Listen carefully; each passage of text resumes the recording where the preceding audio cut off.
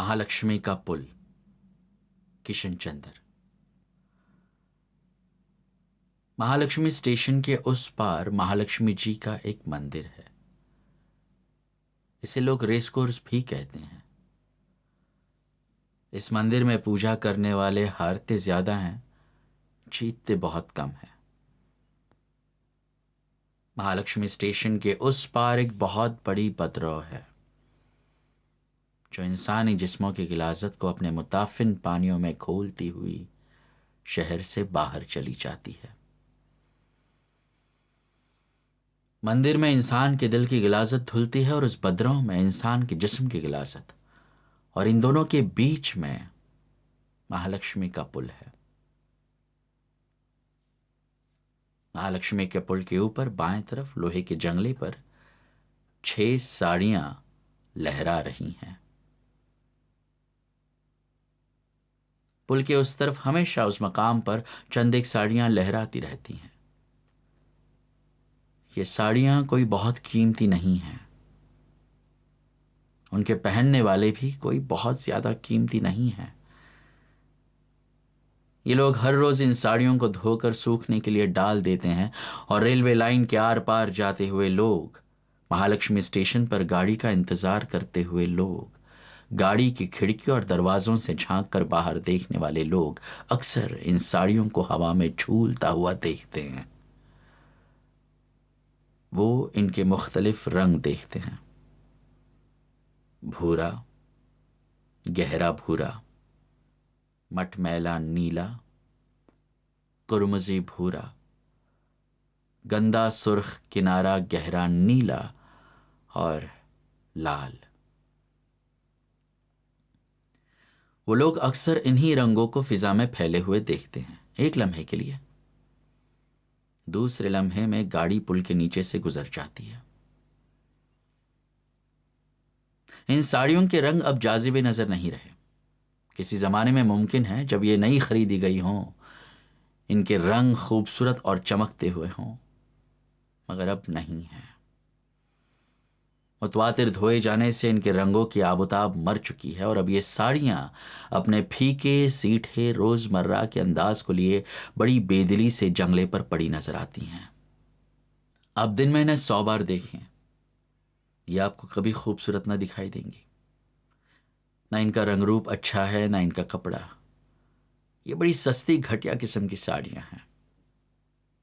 हर रोज धुलने से इनका कपड़ा भी तार तार हो रहा है। इनमें कहीं कहीं रोजन भी नजर आते हैं, कहीं उधड़े हुए टाके हैं, कहीं बदनुमा चितल्ले दाग, जो इस कदर पायदार हैं कि धोए जाने से भी नहीं धुलते बल्कि और गहरे होते जाते हैं।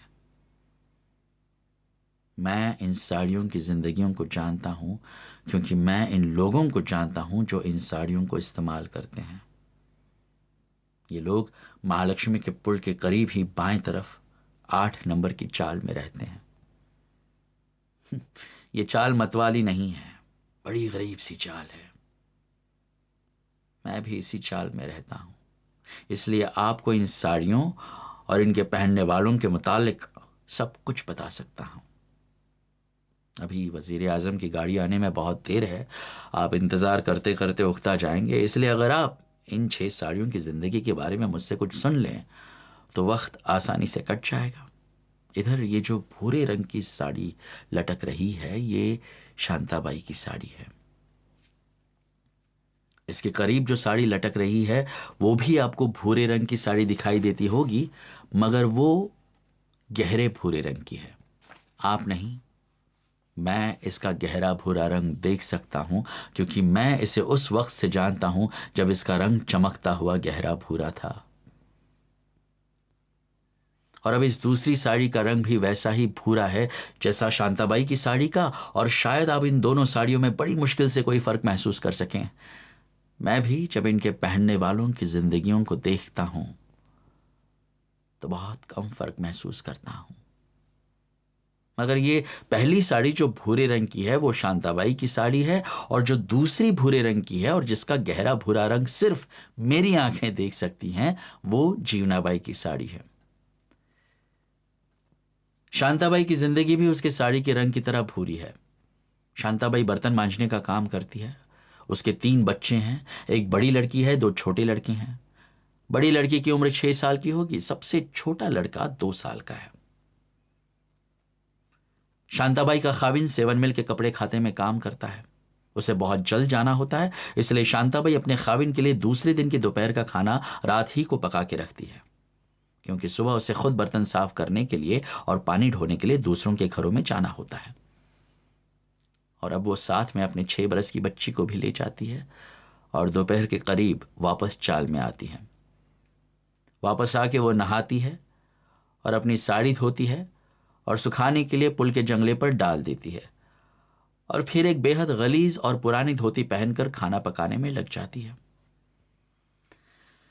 शांताबाई के घर चूल्हा उसी वक्त सुलग सकता है जब दूसरों के यहां चूल्हे ठंडे हो जाएं, यानी दोपहर को 2 बजे और रात को 9 बजे। इन औकात में इधर और उधर उसे दोनों वक्त घर से बाहर बर्तन मांजने और पानी ढोने का काम करना होता है। अब तो छोटी लड़की भी उसका हाथ बटाती है। शांताबाई बर्तन साफ करती है और छोटी लड़की बर्तन धोती जाती है। 2-3 बार ऐसा हुआ कि छोटी लड़की के हाथ से चीनी के बर्तन गिरकर टूट गए। अब मैं जब कभी छोटी लड़की की आंखें सूजी हुई और उसके गाल सुर्ख देखता हूं तो समझ जाता हूं कि किसी बड़े घर में चीनी के बर्तन टूटे हैं। और उस वक्त शांता भी मेरे नमस्ते का जवाब नहीं देती। जलती भुनती बड़बड़ाती चूल्हा सुलगाने में मसरूफ हो जाती है और चूल्हे में आग कम और धुआं ज्यादा निकालने में कामयाब हो जाती है। छोटा लड़का जो 2 साल का है धुएं से अपना दम घुटता देखकर चीखता है, तो शांताबाई उसके चीनी ऐसे नाजुक रुखसारों पर जोर जोर से चपटे लगाने से बाज नहीं आती। इस पर बच्चा और ज्यादा चीखता है। यूं तो वो दिन भर रोता रहता है क्योंकि उसे दूध नहीं मिलता और इसे अक्सर भूख लगी रहती है, और 2 साल की उम्र ही में इसे बाजरे की रोटी खाना पड़ती है। इसे अपनी मां का दूध अपने दूसरे भाई बहन की तरह सिर्फ पहले 6-7 माह नसीब हुआ, वो भी बड़ी मुश्किल से। फिर ये भी खुश्क बाजरी और ठंडे पानी पर पलने लगा। हमारी चाल के सारे बच्चे इसी खुराक पर पलते हैं। वो दिन भर नंगे रहते हैं और रात को गुदड़ी ओढ़कर सो जाते हैं। सोते में भी भूखे रहते हैं और जागते में भी भूखे रहते हैं। और जब शांताबाई के खाविन की तरह बड़े हो जाते हैं तो फिर दिन भर खुश्क बाजरे की रोटी और ठंडा पानी पी पी कर काम करते जाते हैं और उनकी भूख बढ़ती जाती है और हर वक्त मैदे के अंदर और दिल के अंदर और दिमाग के अंदर एक बोझल सी धनक महसूस करते हैं। और जब पगार मिलती है तो इनमें से कई एक सीधे ताड़ी खाने का रुख करते हैं। ताड़ी पीकर चंद घंटों के लिए ये धमक जायल हो जाती है। लेकिन आदमी हमेशा तो ताड़ी नहीं पी सकता। एक दिन पिएगा, 2 दिन पिएगा, तीसरे दिन के ताड़ी के पैसे कहां से लाएगा? आखिर खोली का किराया देना है, राशन का खर्चा है, भाजी तरकारी है, तेल और नमक है, बिजली और पानी है। शांताबाई की भूरी साड़ी है जो 6-7वें माह तार तार हो जाती है, कभी 7 माह से ज्यादा नहीं चलती। ये मिल वाले भी 5 रुपए 4 आने में कैसी खुदरी निकम्मी साड़ी देते हैं। इनके कपड़े में जरा जान नहीं होती। 6ठे माह से जो तार तार होना शुरू होता है तो 7वें माह बड़ी मुश्किल से सी के, जोड़ के, गांठ के, टांके लगा के काम देता है और फिर वही 5 रुपए 4 आने खर्च करने पड़ते हैं और वही भूरे रंग की साड़ी आ जाती है। शांता को यह रंग बहुत पसंद है, इसलिए कि यह मैला बहुत देर में होता है। उसे घरों में झाड़ू देना होती है, बर्तन साफ करने होते हैं, 3री-4थी मंजिल तक पानी ढोना होता है। वो भूरा रंग पसंद नहीं करेगी तो क्या खिलते हुए शोख रंग गुलाबी, बसंती, नारंगी पसंद करेगी? वो इतनी बेवकूफ नहीं है। वो 3 बच्चों की मां है, लेकिन कभी उसने ये शोख रंग भी देखे थे, पहने थे। उन्हें अपने धड़कते हुए दिल के साथ प्यार किया था जब वो धारवाड़ में अपने गांव में थी, जहां उसने बादलों में शोख रंगों वाली धनक देखी थी, जहां मेलों में उसने शोख रंग नाचते हुए देखे थे, जहां उसके बाप के धान के खेत थे, ऐसे शोख हरे हरे रंग के खेत, और आंगन में पेरू का पेड़ जिसके डाल डाल से वो पेरू तोड़ तोड़ कर खाया करती थी। जाने अब पेरुओं में वो मजा ही नहीं है, वो शिरीनी और घुलावट ही नहीं है। वो रंग, वो चमक दमक कहां जाके मर गई, और वो सारे रंग क्यों यखलक पूरे हो गए। शांताबाई कभी बर्तन मांजते मांजते, खाना पकाते, अपनी साड़ी धोते, उसे पुल के जंगले पर लाकर डालते हुए ये सोचा करती है, और उसकी भूरी साड़ी से पानी के कतरे आंसुओं की तरह रेल की पटरी पर बहते जाते हैं। और दूर से देखने वाले लोग एक भूरे रंग की बदसूरत औरत को पुल के ऊपर जंगले पर एक भूरी साड़ी को फैलाते देखते हैं, और बस दूसरे लम्हे गाड़ी पुल के नीचे से गुजर जाती है।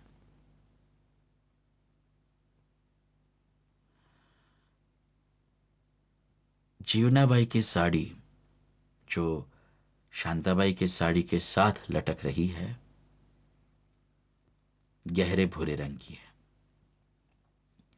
बज़ाहिर उसका रंग शांताबाई की साड़ी से भी फीका नजर आएगा, लेकिन अगर आप गौर से देखें तो इस फीकेपन के बावजूद ये आपको गहरे भूरे रंग की नजर आएगी। ये साड़ी भी 5 रुपए 4 आने की ही है और बड़ी ही पोसीदा है। दो एक जगह से फटी हुई थी, लेकिन अब वहां पर टाके लग गए हैं और इतनी दूर से मालूम भी नहीं होते।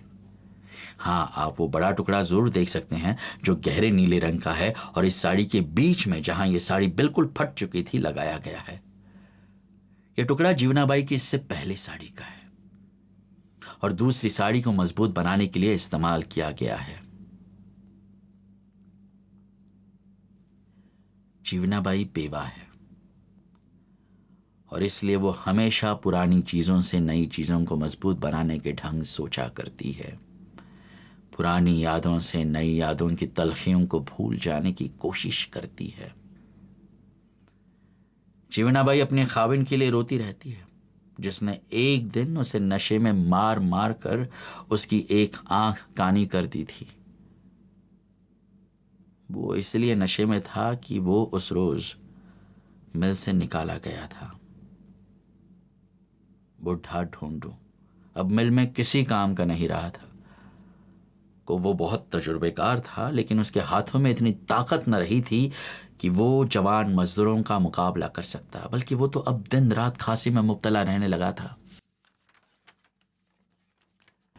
कपास के नन्हे नन्हे रेशे उसके फेफड़ों में जाके ऐसे धंस गए थे जैसे चरखियों और ईंटों में सूत के छोटे छोटे महीन तागे फंस कर लग जाते हैं। जब बरसात आती तो ये नन्हे मुन्ने रेशे उसे दमे में मुब्तला कर देते, और जब बरसात न होती तो वो दिन भर और रात भर खांसता। एक खुश्क मुसलसल खंकार घर में और कारखाने में जहां वो काम करता था सुनाई देती रहती थी।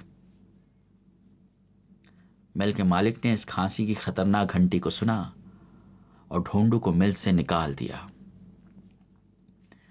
ढोंडू उसके 6 माह बाद मर गया। जीवनाबाई को उसके मरने का बहुत गम हुआ। क्या हुआ अगर गुस्से में आके एक दिन उसने जीवनाबाई की आंख निकाल दी।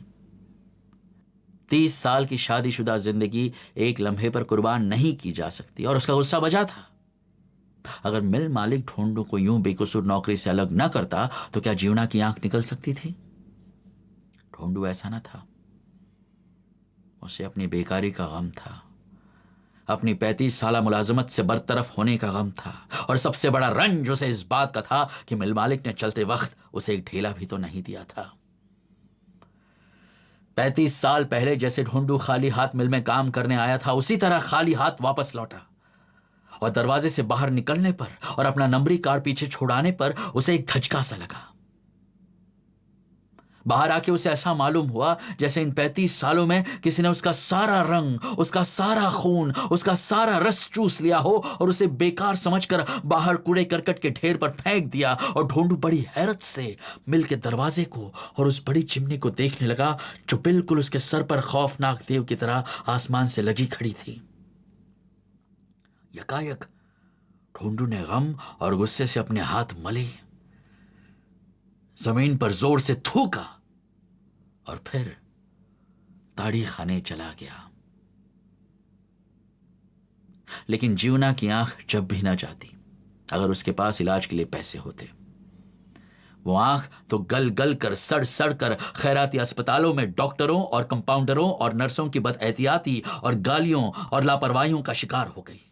और जब जीवना अच्छी हुई तो ढोंडू बीमार पड़ गया, और ऐसा बीमार पड़ा कि फिर बिस्तर से न उठ सका। उन दिनों जीवना उसकी देखभाल करती थी। शांताबाई ने मदद के तौर पर उसे चंद घरों में बर्तन मांजने का काम दिलवा दिया था, और वो अब बहुत बूढ़ी थी और मशाकी और सफाई से बर्तनों को साफ न रख सकती थी, फिर भी वो आहिस्ता आहिस्ता रेंग रेंग कर अपने कमजोर हाथों में झूठी ताकत के बूढ़े सहारे पर जैसे तैसे काम करती रही। खूबसूरत लिबास पहनने वाली, खुशबूदार तेल लगाने वाली बीवियों की गालियां सुनती रही और काम करती रही, क्योंकि उसका ढोंडू बीमार था और उसे अपने आप को और अपने खाविन को जिंदा रखना था। लेकिन ढोंडू जिंदा न रहा और अब जीवनाबाई अकेली थी। खैरियत इसी में थी कि वो बिल्कुल अकेली थी। अब उसे सिर्फ अपना धंधा करना था। शादी के 2 साल बाद उसके यहां एक लड़की पैदा हुई थी, लेकिन जब वो जवान हुई तो किसी बदमाश के साथ भाग गई, और उसका आज तक किसी को पता ना चला कि वो कहां है। फिर किसी ने बताया, और फिर बाद में बहुत से लोगों ने बताया कि जीवनाबाई की बेटी फारस रोड पर चमकीला भड़कीला रेशमी लिबास पहने बैठी है। लेकिन जीवना को यकीन ना आया। उसने अपनी सारी जिंदगी 5 रुपए चारानी की धोती में बसर कर दी थी, और उसे यकीन था कि उसकी लड़की भी ऐसा करेगी। वो ऐसा नहीं करेगी इसका उसे कभी ख्याल ना आया था। वो कभी फारस रोड नहीं गई क्योंकि उसे यकीन था कि उसकी बेटी वहां नहीं है। भला उसकी बेटी वहां क्यों जाने लगी? यहां अपनी खोली में क्या नहीं था? 5 रुपए चाराने वाली धोती थी, बाजरे की रोटी थी, ठंडा पानी था, सूखी इज्जत थी। ये सब कुछ छोड़कर फारस रोड क्यों जाने लगी? उसे तो कोई बदमाश अपनी मोहब्बत का सब्ज बाग दिखाकर ले गया था, क्योंकि औरत मोहब्बत के लिए सब कुछ कर गुजरती है।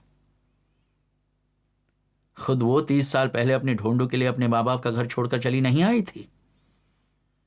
जिस दिन ढोंडू मरा और जब लोग उसकी लाश जलाने के लिए ले जाने लगे और जीवना ने अपनी सिंदूर की डिबिया अपनी बेटी की अंगिया पर उंडेल दी, जो उसने बड़ी मुद्दत से ढोंडू की नजरों से छुपा रखी थी, ऐन उसी वक्त एक कतराए हुए जिस्म की भारी औरत बड़ा चमकीला लिबास पहने उससे आके लिपट गई और फूट फूट के रोने लगी।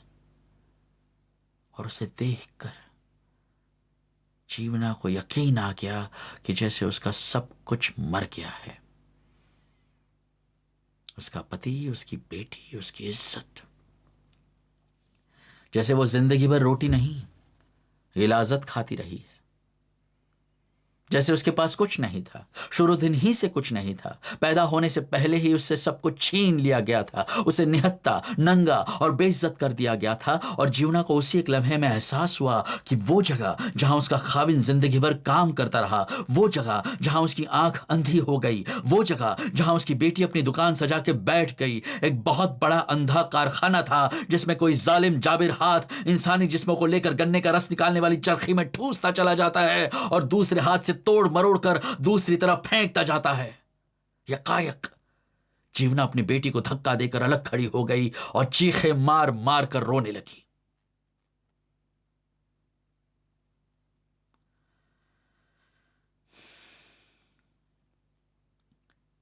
तीसरी साड़ी का रंग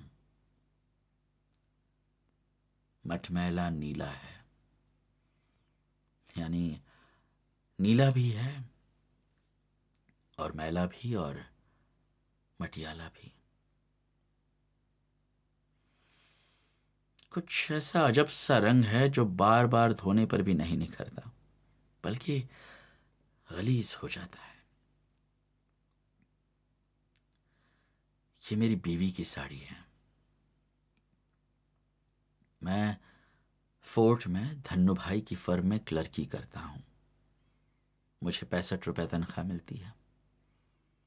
सेवन मिल और बक्सरिया मिल के मजदूरों को यही तनख्वाह मिलती है, इसलिए मैं भी उनके साथ 8 नंबर की चाल की एक खोली में रहता हूं। मगर मैं मजदूर नहीं हूं, क्लर्क हूं। मैं फोर्ट में नौकर हूं। मैं 10वीं पास हूं। मैं टाइप कर सकता हूं। मैं अंग्रेजी में अर्जी भी लिख सकता हूं। मैं अपने वजीर आजम की तकरीर जलसे में सुनकर समझ भी लेता हूं। आज उनकी गाड़ी थोड़ी देर में महालक्ष्मी के पुल पर आएगी। नहीं, वो रेस कोर्स नहीं जाएंगे। वो समुंदर के किनारे एक शानदार तकरीर करेंगे। इस मौके पर लाखों आदमी जमा होंगे। उन लाखों में मैं भी हूंगा। मेरी बीवी को अपने वजीर आजम की बातें सुनने का बहुत शौक है, मगर मैं उसे अपने साथ नहीं ले जा सकता, क्योंकि हमारे 8 बच्चे हैं और घर में हर वक्त परेशानी सी रहती है। जब देखो कोई ना कोई चीज कम हो जाती है। राशन तो रोज कम पड़ जाता है। अब नल में पानी भी कम आता है। रात को सोने के लिए जगह भी कम पड़ जाती है। और तनख्वाह तो इस कदर कम पड़ती है कि महीने में सिर्फ 15 दिन चलती है। बाकी 15 दिन सूदखोर पठान चलाता है, और वो भी कैसे गानियां बकते झकते घिसट घिसट कर किसी सुस्त रफ्तार मालगाड़ी की तरह ये जिंदगी चलती है। मेरे 8 बच्चे हैं, मगर ये स्कूल में नहीं पढ़ सकते।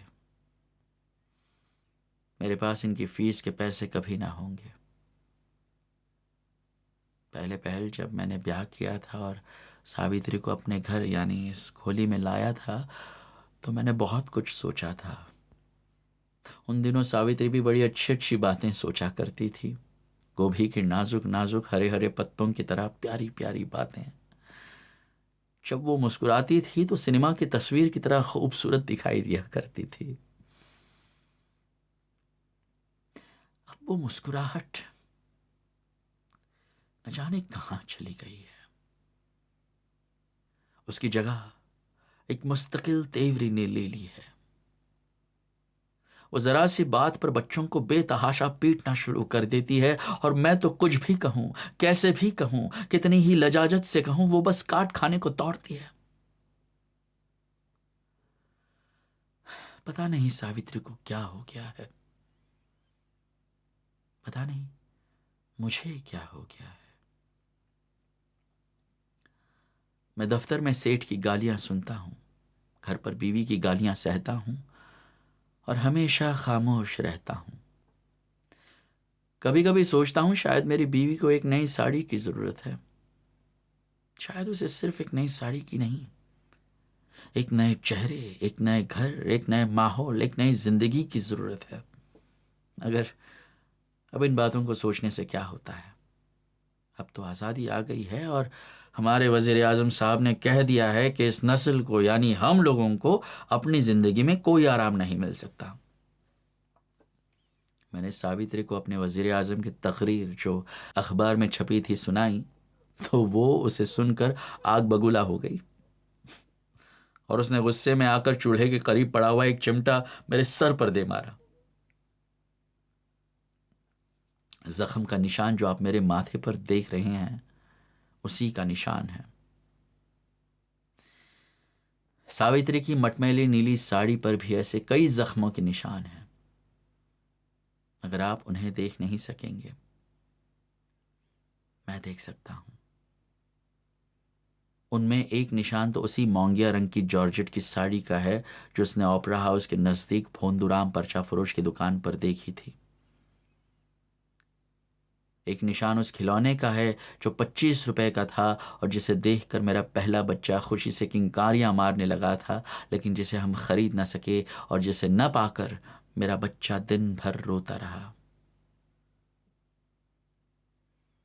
एक निशान उस तार का है जो एक दिन जबलपुर से आया था, जिसमें सावित्री की मां की शदीद अलालत की खबर थी। सावित्री जबलपुर जाना चाहती थी, लेकिन 1000 कोशिश के बाद भी किसी से मुझे रुपए उधार न मिल सके थे और सावित्री जबलपुर न जा सकी थी। एक निशान उस तार का है जिसमें उसकी मां की मौत का जिक्र था। एक निशान, मगर मैं किस किस निशान का जिक्र करूं। ये निशान उन चितले चितले गदले गदले गलीज दागों से सावित्री की 5 रुपए चराने वाली साड़ी भरी पड़ी है। रोज रोज धोने पर भी ये दाग नहीं छूटते और शायद जब तक ये जिंदगी रहे ये दाग यूं ही रहेंगे, एक साड़ी से दूसरी साड़ी में मुंतकिल होते जाएंगे।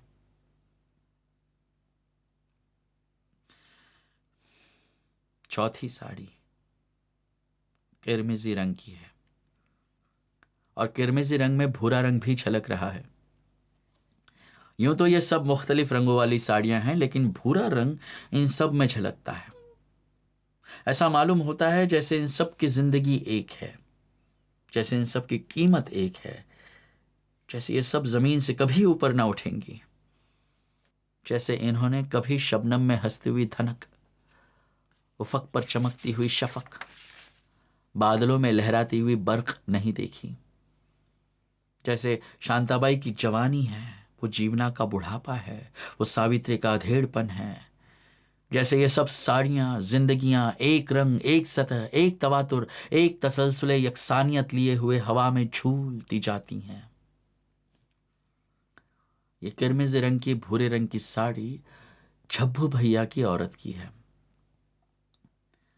इस औरत से मेरी बीवी कभी बात नहीं करती, क्योंकि एक तो उसकी कोई बच्चा नहीं है, और ऐसी औरत जिसका कोई बच्चा ना हो बड़ी नाहस होती है।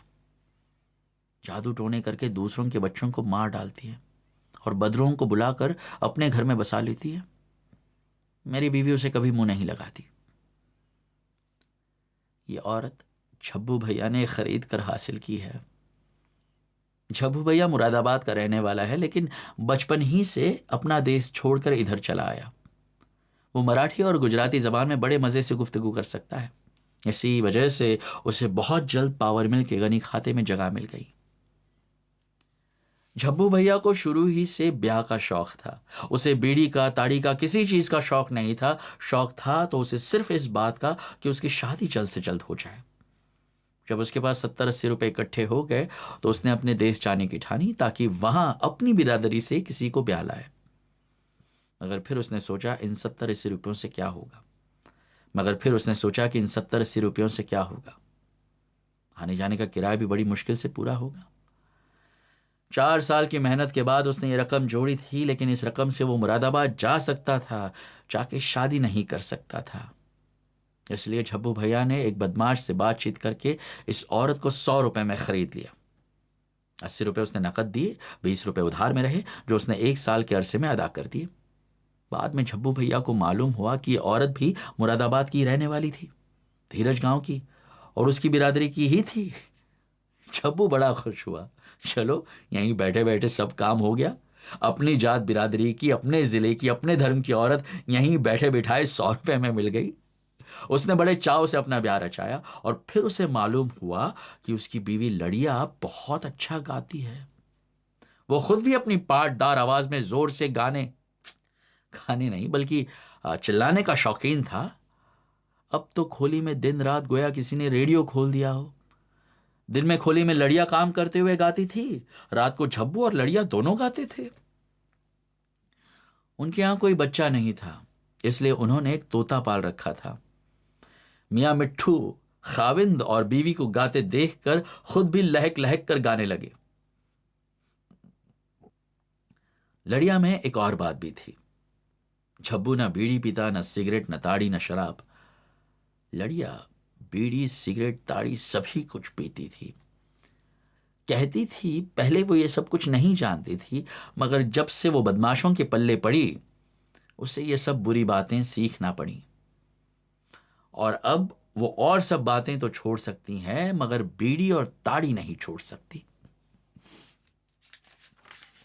कई बार ताड़ी पीकर लड़िया ने झब्बू पर हमला कर दिया और झब्बू ने उसे रुई की तरह धुनक कर रख दिया। उस मौका पर तोता बहुत शोर मचाता था।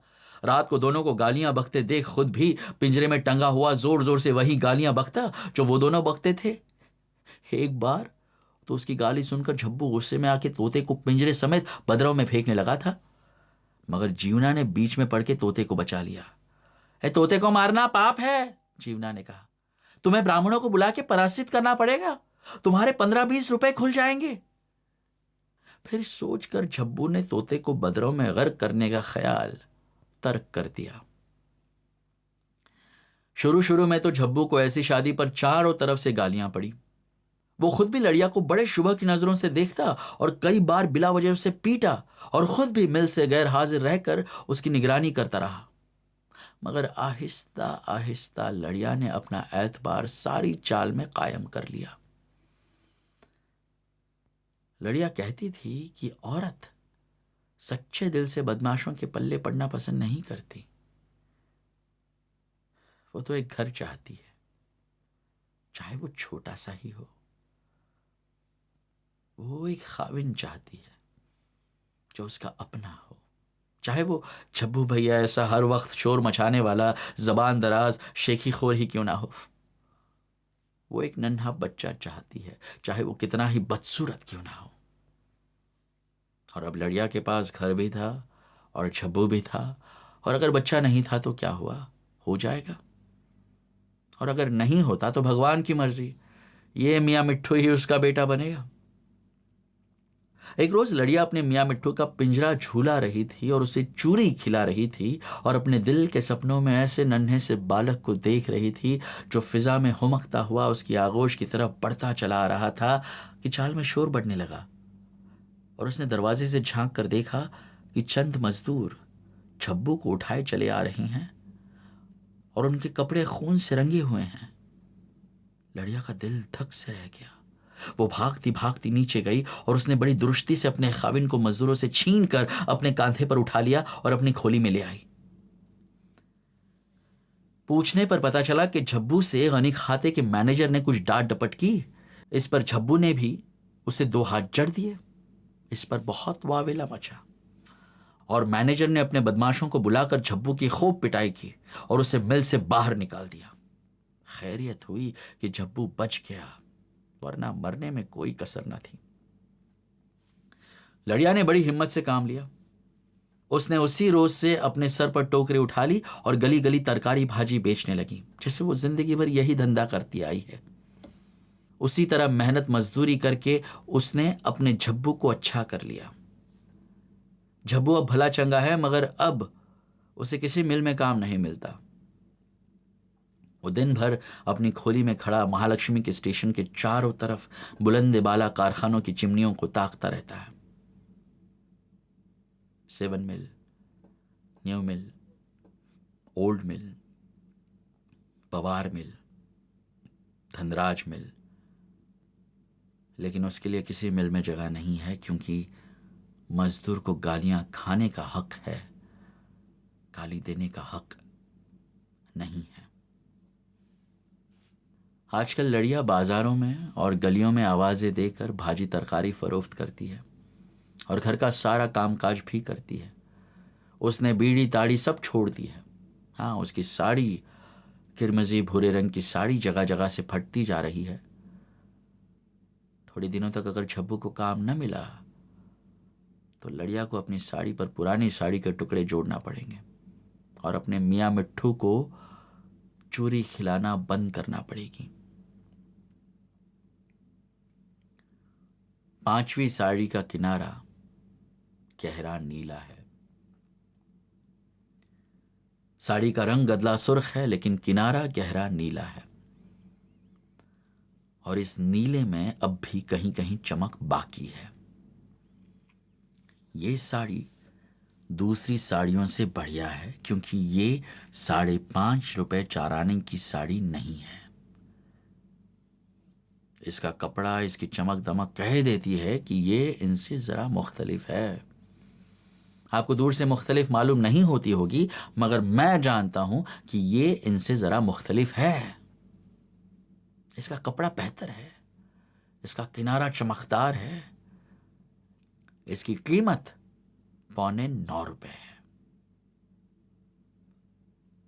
ये साड़ी मंजुला की है, ये साड़ी मंजुला के ब्याह की है।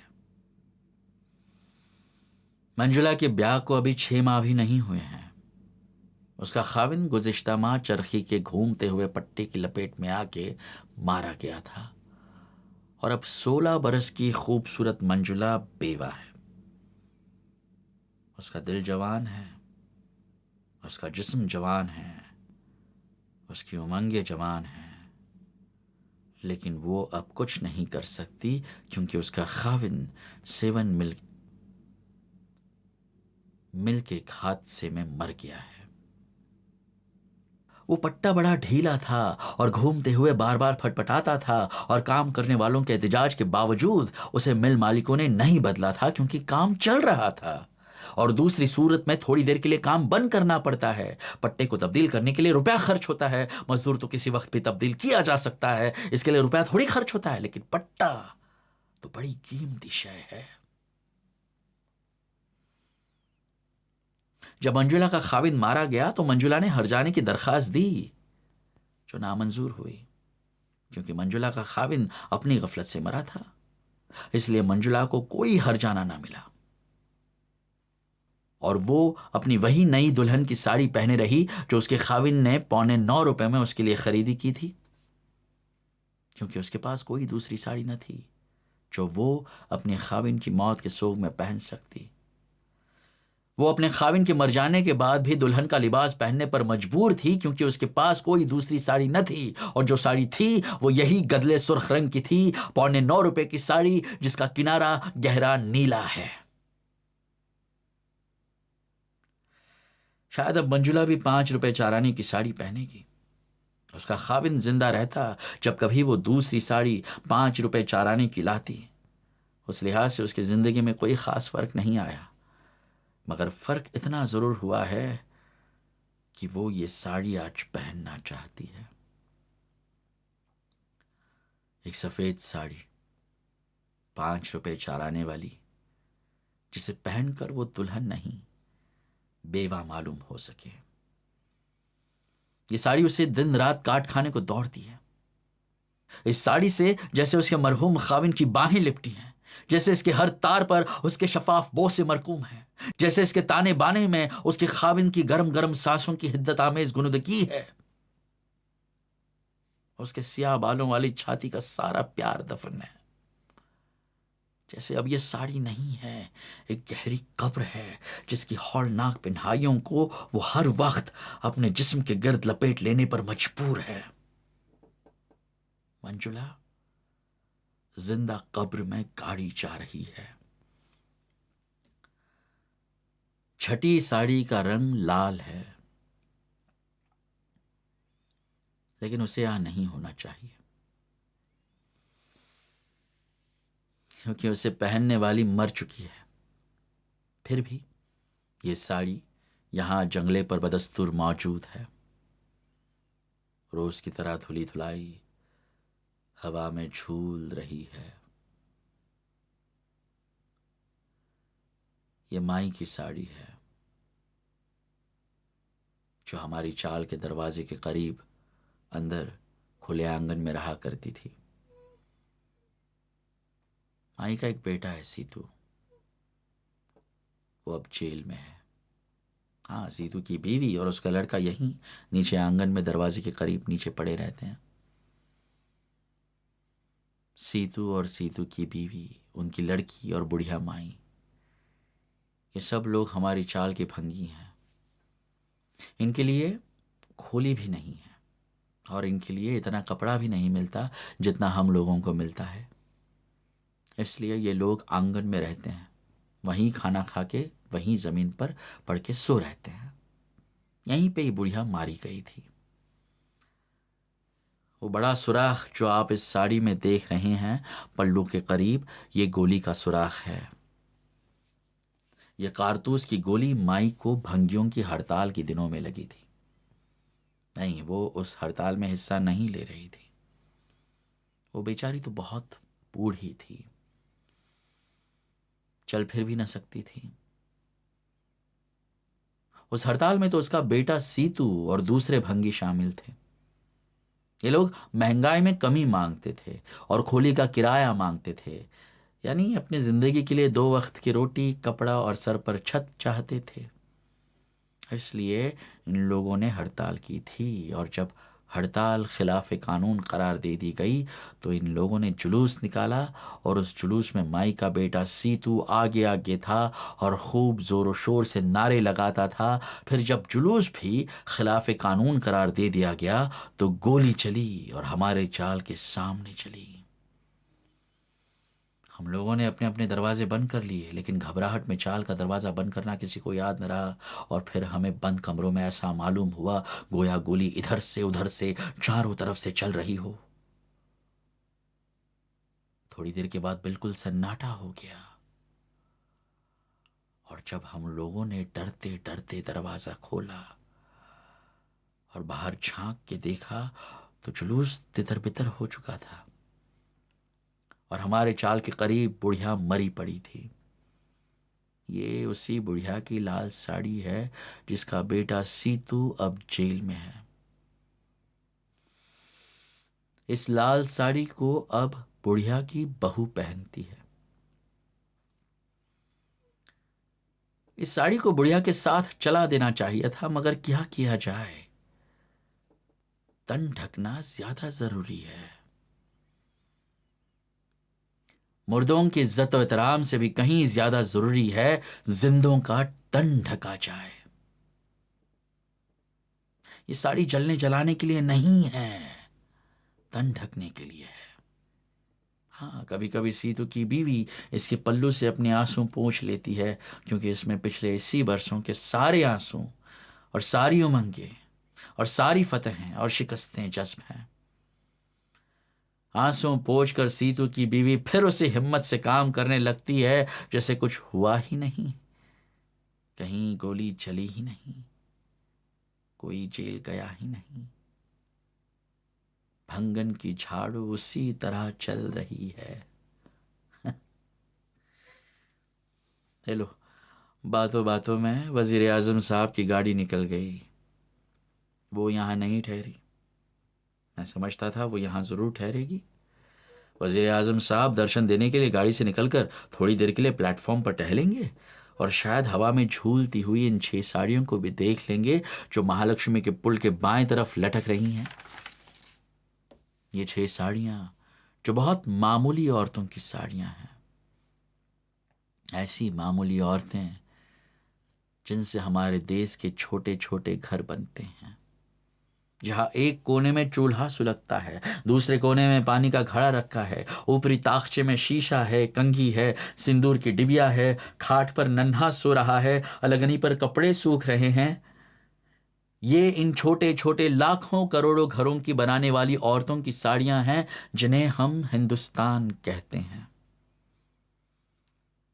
ये औरतें जो हमारे प्यारे प्यारे बच्चों की माएँ हैं, हमारे भोले भाइयों की अजीज बहनें हैं, हमारी मासूम मोहब्बतों का गीत है, हमारी 5000 साला तहजीब का सबसे ऊंचा निशान है।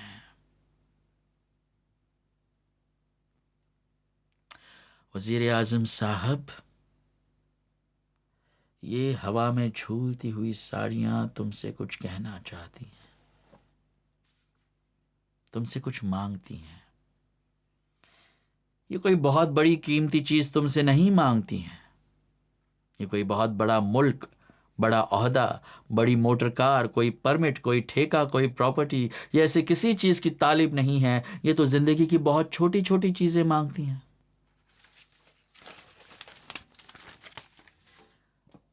देखिए, ये शांताबाई की साड़ी है जो अपने बचपन की खोई हुई धनक तुमसे मांगती है। ये जीवनाबाई की साड़ी है जो अपनी आंख की रोशनी और अपनी बेटी की इज्जत मांगती है। ये सावित्री की साड़ी है जिसके गीत मर चुके हैं और जिसके पास अपने बच्चों के लिए स्कूल की फीस नहीं है। ये लड़िया है जिसका खाविन बेकार है और जिसके कमरे में एक तोता है जो 2 दिन का भूखा है। ये नई दुल्हन की साड़ी है जिसकी खाविन की जिंदगी चमड़े के पट्टे से भी कम कीमती है। ये बूढ़ी भंगन की लाल साड़ी है जो बंदूक की गोली को हल्के फाल में तब्दील कर देना चाहती है ताकि धरती से इंसान का लहू फूल बनकर खिल उठे और गंदुम के सुनहरे खोशे हंसकर लहराने लगे। लेकिन वजीर आजम साहब की गाड़ी नहीं रुकी और वो इन 6 साड़ियों को नहीं देख सके और तकरीर करने के लिए चौपाटी चले गए। इसलिए अब मैं आपसे कहता हूं, अगर कभी आपकी गाड़ी उधर से गुजरे तो आप उन 6 साड़ियों को जरूर देखिए जो महालक्ष्मी के पुल के बाएं तरफ लटक रही हैं, और फिर उन रंगारंग रेशमी साड़ियों को भी देखिए जिन्हें धोबियों ने उसी पुल के दाएं तरफ सूखने के लिए लटका रखा है, और जो उन घरों से आई हैं जहां ऊंची ऊंची चिमनियों वाले कारखानों के मालिक या ऊंची ऊंची तनख्वाह पाने वाले लोग रहते हैं। आप इस पुल के दाएं बाएं दोनों तरफ जरूर देखिए और फिर अपने आप से पूछिए कि आप किस तरफ जाना चाहते हैं। देखिए, मैं आपसे इश्तराकी बनने के लिए नहीं कह रहा हूं, मैं आपको जमाती जंग की तलखीन भी नहीं कर रहा हूं। मैं सिर्फ ये जानना चाहता हूं कि आप महालक्ष्मी पुल के दाएं तरफ हैं या बाएं तरफ। शुक्रिया।